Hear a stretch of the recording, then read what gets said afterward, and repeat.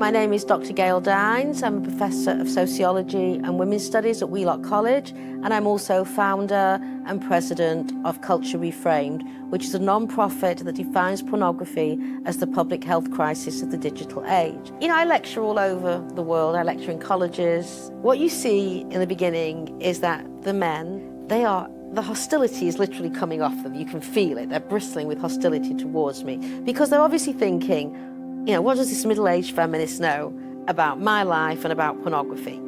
And then I start to talk, and you see their body, literally, you see their bodies change. You see the hostility kind of seep out of them because nobody before has ever explained to them what pornography does. And they are hungry for this. And at the end, they are lining up, some of them in tears, begging for help to get off pornography. Now, the problem is that pornography is a kind of stealth public health crisis.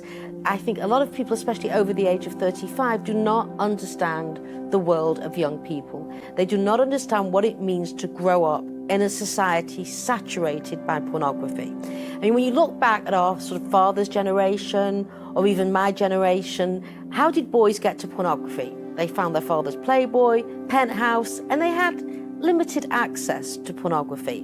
Now, that was sexist and bad enough as it was, but really, you look back at that today with a kind of nostalgia, because today what happens is when they put porn into Google, they get catapulted into a world of sexual violence, degradation, dehumanization. They get catapulted into a world that I think for many, they had no idea this is what they were going to get into. And I think it traumatizes them. I think it really has a terrible impact on the way they think about themselves, the way they think about sexuality, intimacy, and connection. And really, you know, when you think about what sex is about, we call it making love. In porn, it's actually making hate. He makes hate to her.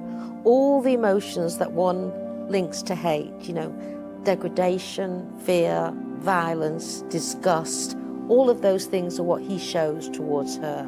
So this is the introduction into the world of sex of the young boy. And so when we think about effects, when it affects the boys, then it affects the girls. And the reason for that is that the boys think the girls are going to behave like the girls and the women in pornography. And so pornography really sets you up for disappointment. Now, people who often criticize pornography are called anti-sex, to which I would argue that if you want to be pro-sex, you have to be anti-porn. You can't be pro-porn and pro-sex.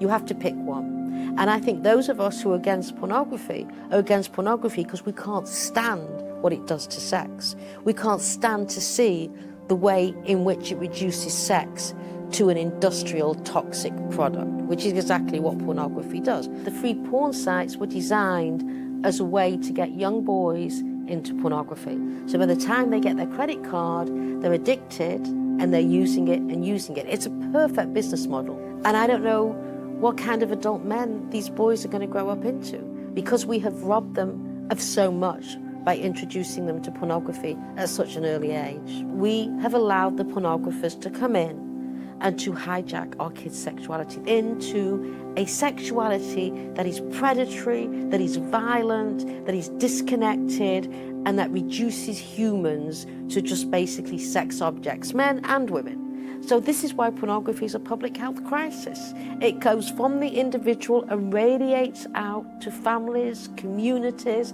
to the culture. That is why we have to be bold, we have to be courageous, and we have to make a stand and say, not on our watch are you going to hijack our children's sexuality.